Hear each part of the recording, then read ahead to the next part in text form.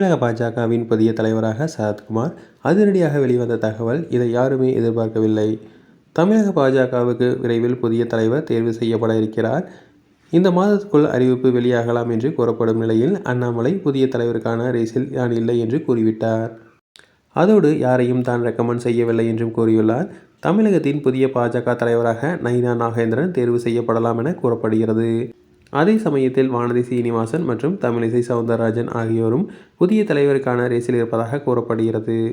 அடுத்து வரும் 2026ஆம் ஆண்டு சட்டசபை தேர்தலில் அதிமுகவுடன் கூட்டணி அமைக்க பாஜக தயாராகி வருவதால் அண்ணாமலையை தலைமை பொறுப்பிலிருந்து மாற்ற முடிவு செய்துள்ளனர். இந்த நிலையில் தற்போது புதிய தகவலாக சரத்குமார் மாநில தலைவராக தேர்வு செய்யப்பட இருக்கிறார் என்று கூறப்படுகிறது. இதில் எந்த அளவுக்கு உண்மை இருக்கிறது என்பது தெரியவில்லை. ஆனால் தன்னுடைய கட்சியை கலைத்துவிட்டு பாஜகவில் இணைந்த சரத்குமார் கட்சிக்காக தீவிரமாக பணியாற்றி வருகிறார். இவருடைய மனைவியும் நடிகையுமான ராதிகாவுக்கு கடந்த நாடாளுமன்ற தேர்தலில் போட்டியிட பாஜக சீட் கொடுத்தது. இந்த நிலையில் சரத்குமார் மாநில தலைவராக நியமிக்கப்பட வாய்ப்புள்ளதாக தகவல் வெளிவந்துள்ளது.